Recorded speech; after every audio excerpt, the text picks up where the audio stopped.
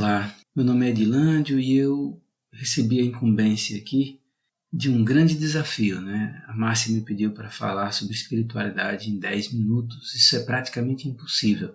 Mas eu creio que você não acredita em coincidências, mas há alguns dias, uma amiga de um outro estado me convidou para fazer essa mesma coisa, só que com um tempo maior. Então eu vou adiantar aqui a vocês que nós vamos só deixar vocês com um gostinho de quero mais.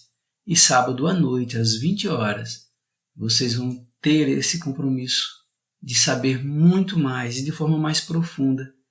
Porque esse convite da Márcia veio depois de um outro convite. E eu acho que isso é providência, para que vocês também tenham a oportunidade de entender muito mais sobre o Espírito Santo e a vida no Espírito.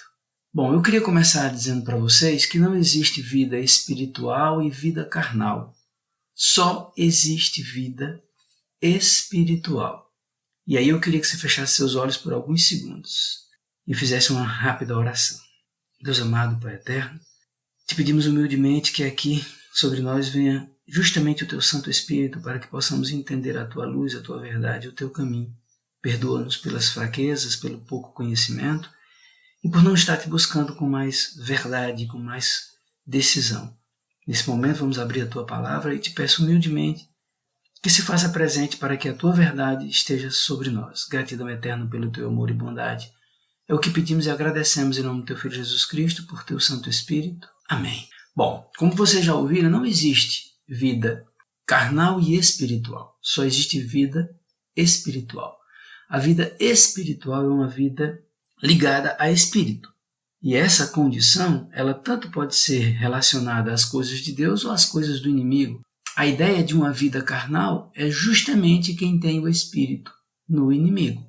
Então, a partir de agora, acabe com essa história de minha vida carnal, minha vida espiritual. Isso não existe. Ou você está no Espírito Santo, ou você está no espírito do maligno. Ou você está no meio, entre um e outro, o que às vezes pode ser até pior, porque aí entra a hipocrisia, a falta de bom senso, onde você não tem a visão real das coisas e diz que vive. E aí a mentira é o mais poderoso instrumento do inimigo. Tem uma história rápida que eu vou contar para vocês de 3 leõezinhos, que o pai morreu e agora, por terem nascido no mesmo dia, terem a mesma idade, não se sabia quem iria reinar. E o desafio foi dado para esses leõezinhos subirem uma montanha muito difícil e nunca ninguém tinha chegado ao topo daquela montanha. E aqueles leõezinhos começaram a subir essa montanha. E com muito esforço foram e chegou um momento em que os 3 voltaram. E quando perguntaram ao sábio, a coruja, quem dos 3 venceu se nenhum conseguiu? E todos pararam no mesmo lugar. Ela disse, quem venceu foi esse aqui. E perguntaram por quê? Porque ele disse, hoje você venceu, montanha, mas amanhã eu estou de volta. Essa é a vida no Espírito. É a vida de quem mesmo caindo, mesmo vendo as impossibilidades, não desiste. E aí, para que a gente possa fortalecer esse nosso momento, eu queria que você abrisse aí em 1 Pedro, capítulo 2, verso do 21 ao 22. E aqui está escrito, porque para isso sois chamado, pois também Cristo padeceu por nós, deixando-nos o exemplo para que sigais as suas pisadas, o que não cometeu pecado, nem na sua boca se achou engano. Observe que não está nas atitudes, aqui é na boca. As próprias palavras de quem vive no Espírito são regradas pelo Espírito, ou pelo Espírito do mal, ou pelo Espírito do bem. Então, as tuas palavras, o que você diz, provém do que você pensa. Mas se o teu pensamento for ruim e as tuas palavras forem bloqueadas, aí o Espírito Santo atua sim. O pensamento por muitas vezes nos trai, mas com o tempo e o exercício de uma convivência no Espírito, você também vencerá os pensamentos, porque em você estará o Espírito Santo de Deus. E as palavras são as primeiras a serem bloqueadas, porque se você não bloquear as palavras, em breve, as tuas ações naturalmente irão acontecer. O termo, o que eu falo e o que eu vivo, são duas coisas muito próximas, porque você indica quem você é. pelo que você come, pelo que você veste, pelo que você fala, principalmente. E a tua vida é uma reflexão de tudo que você faz. Mas as primeiras coisas acontecem no pensamento, depois nas palavras, porque elas se concretizam. Lembra de Deus no início? Tudo que Deus falava se concretizava e se faça. Né? Luz, terra, homem não, homem ele fez com suas próprias mãos. Mas tudo Deus falou. E isso é um exemplo muito poderoso para a gente entender aqui o que Pedro está dizendo aqui para nós.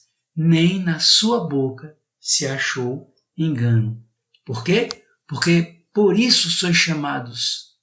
Nós seremos chamados porque não permitiremos que os nossos pensamentos saiam nem através das nossas palavras. Isso é espiritualidade, ok? Vamos ver agora João, agora Evangelho, capítulo 16, do verso 13 ao 14. Quando vier, porém, o Espírito da verdade, ele vos guiará a toda a verdade, porque não falará por si mesmo, mas dirá tudo o que tiver ouvido e vos anunciará as coisas que hão de vir.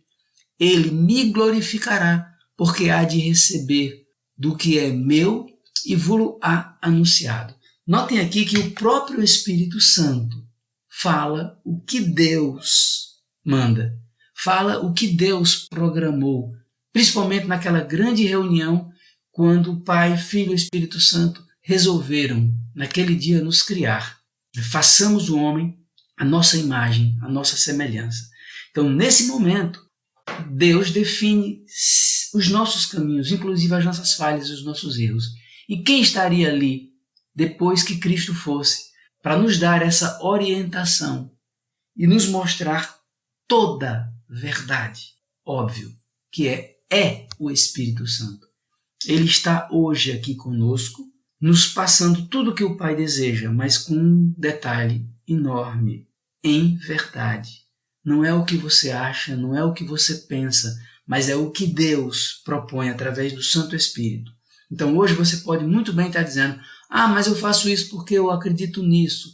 E se você acredita porque acredita e não tem uma base bíblica, porque o Espírito Santo vai nos convencer da verdade, ele não vai trazer uma verdade, porque a verdade já está escrita na Bíblia. E você vai encontrar muita gente por aí falando: eu tenho um novo evangelho, eu tenho uma profecia disso, eu tenho uma profecia daquilo, eu tenho uma ideia disso, uma ideia daquilo. Tudo isso é falácia. A Bíblia é completa e o Espírito Santo vem nos dizer o que a Bíblia nos diz, reforçando, porque aquele que não pesquisar e que não estudar e que não buscar na palavra a sua verdade, não estará no Espírito. E o Espírito Santo vai habitar aquele que se alimentar da verdade, porque através da Bíblia e do conhecimento profundo dela, nós teremos um encontro verdadeiro com Cristo, com Deus. E quem vai promover esse encontro chama-se o Espírito Santo. E se você não crê nisso, lembre quando Jesus juntou os 12 apóstolos depois de 3 anos e meio, pregando, andando, dormindo, acordando, ensinando, direcionando, às vezes puxando a orelha. Mas chegou um momento em que Jesus chegou para ele e disse: olha, vocês não vão para lugar nenhum. Esperem o Espírito Santo. E agora eu digo para vocês de coração: aguardem. Não é aguardar esperando, é aguardar estudando. A mesma coisa que os apóstolos fizeram nos 3 anos.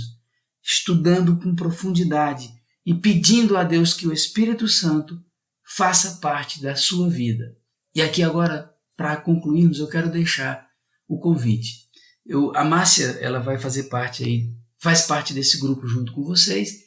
Então eu vou passar para ela o link que nós vamos fazer essa pregação com mais tempo. Você vai poder fazer perguntas e aí nós vamos ter uma visão muito mais clara do Espírito Santo, mas não à luz do que Adilândio pensa, do que Adilândio acha, mas tudo à luz da palavra. E lembrem-se que o próprio Deus disse que a fé vem pelo ouvir. E não é ouvir pastor, padre, papa, Edilândio. É ouvir a palavra de Deus no livro sagrado. Que Deus abençoe todos vocês e espero vocês sábado à noite às 20 horas. Tenham todos um ótimo dia. Fiquem com nosso Deus.